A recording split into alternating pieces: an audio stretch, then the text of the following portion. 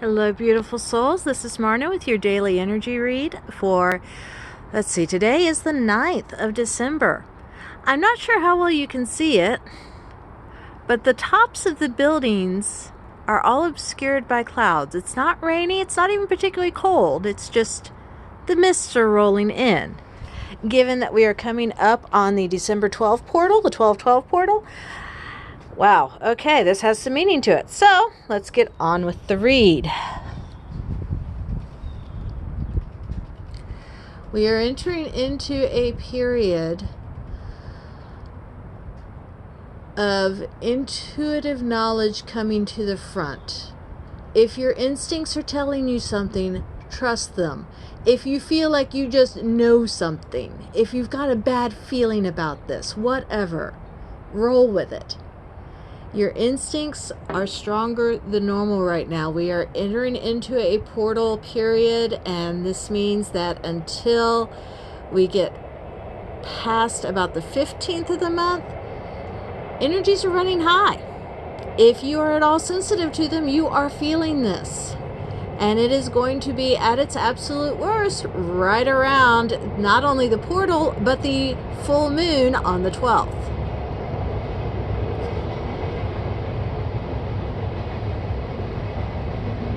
The combination of a portal energy and a full moon energy is going to be intense.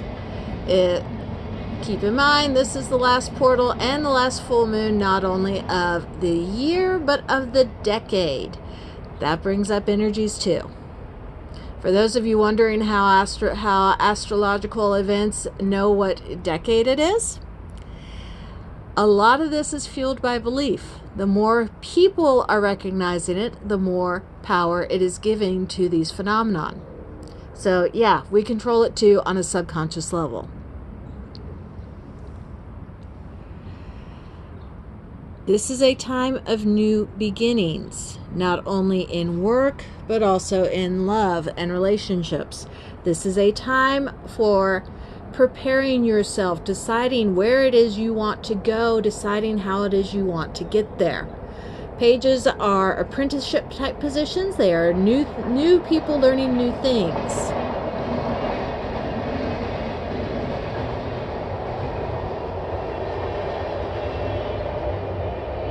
How does this fit in with your life right now? What is the newness? Are you learning something new? Or has someone come to you for teaching? This is equal. Those two scenarios are equally likely with these cards on the board.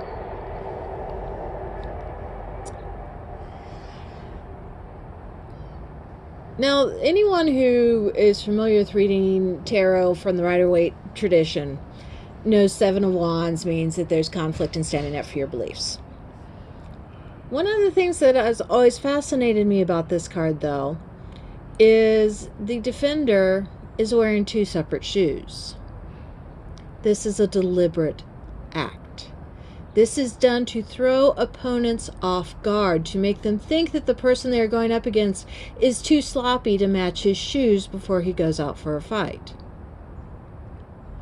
As you are defending your beliefs, as you are standing up for what you know is right, do not hesitate to outthink your opponents. Do not hesitate to throw them off guard, to make them think that you are less of a challenge than you are, even by something as simple as a mismatched shoe.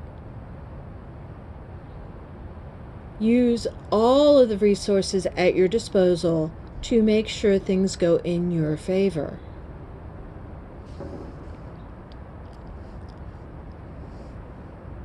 Ten of Wands is the sign of you have been taking on a lot and you are reaching the upper limits of what you can endure.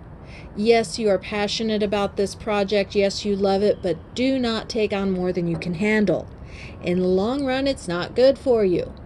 You have to know when to scale back or when to delegate to others so that you are not carrying the burden solely on your own.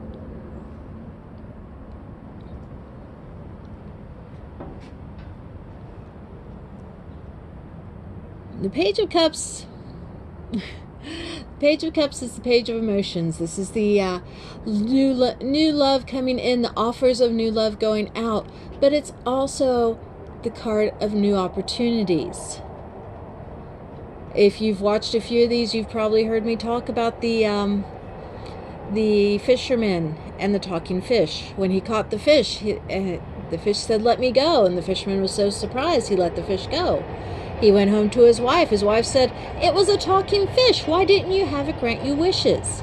So he went back to the fish and said, "I wish for a better house." And the fish said, "Fine." And the fisherman went home and found his wife living in a better house. And she said, "Why didn't you ask for being king?" And he went back to the fish and said, "I want to be king." And the fish said, "Fine." And he went back, and his house was now a palace. And his wife said, "Why didn't you ask to be emperor?" And he went back to the fish, and the fish said, "You've asked for too much already. Go back to what you were. Enjoy where you started from." Is this what you're facing right now? Have you been manifesting dreams so much that you've burned yourself out and are back where you started? That's something to be aware of as you're going forward. This is one of the cards that is unique to this deck. This deck is the Ethereal Visions Tarot. This card is a person who has taken the divine madness of inspiration and found a way to make it their life.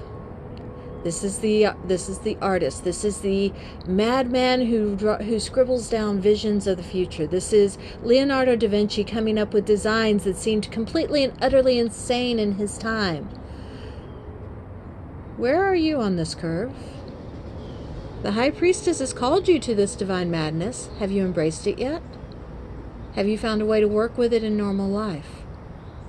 That's what you're being called to do. Embrace the divine madness and move forward with it.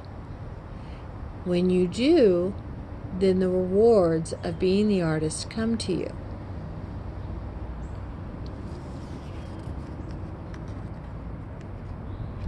And here's the choice that you're facing. The page is someone who is new to an endeavor. When you are new into something, it is time for you to make decisions about where you are going to go, how you are going to direct your energies. There is a part of you that has been looking at these decisions that need to be made and saying, "I'll just go with the flow. I will let the universe decide for me. I'll go where I'm led." Take off the blindfold. Make the decision for yourself. You're coming into a period of great transformation. Shouldn't you be directing how that goes instead of just seeing what happens? As you are transforming, you need to be making the decisions of where you're going to put in the work and what you're going to transform into. Otherwise, you may go through all this transformation only to find you're right back where you started.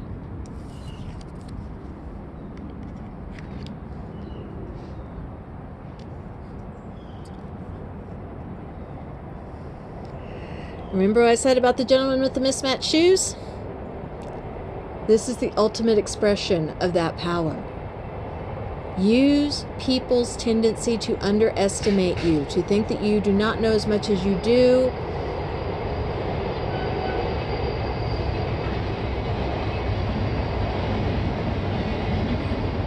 Use their tendency to think that you are too young, too uneducated, too reckless, too whatever.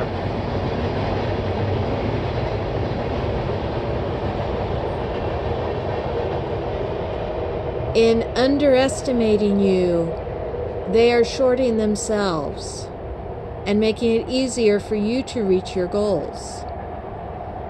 Find ways to utilize that. Remember, the universe has your back. It's safe to jump off the cliff because the universe will catch you in that umbrella and hold. You've got this.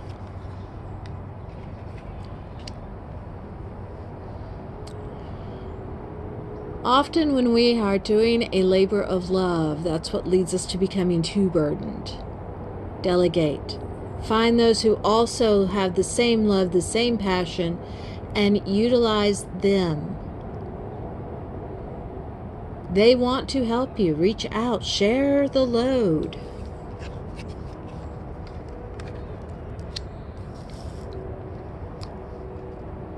As you're moving forward into newness, make sure that you have people to talk to. Make sure that you have a mentor who can advise you when you are coming too close to taking off the wishing fish. Reach out to those who are more experienced. Reach out to those who have knowledge that you do not. They are happy to help the people who come after them. But you must take the initiative of reaching out first. And that is your December 9th read. And I will see you tomorrow. Have a great day.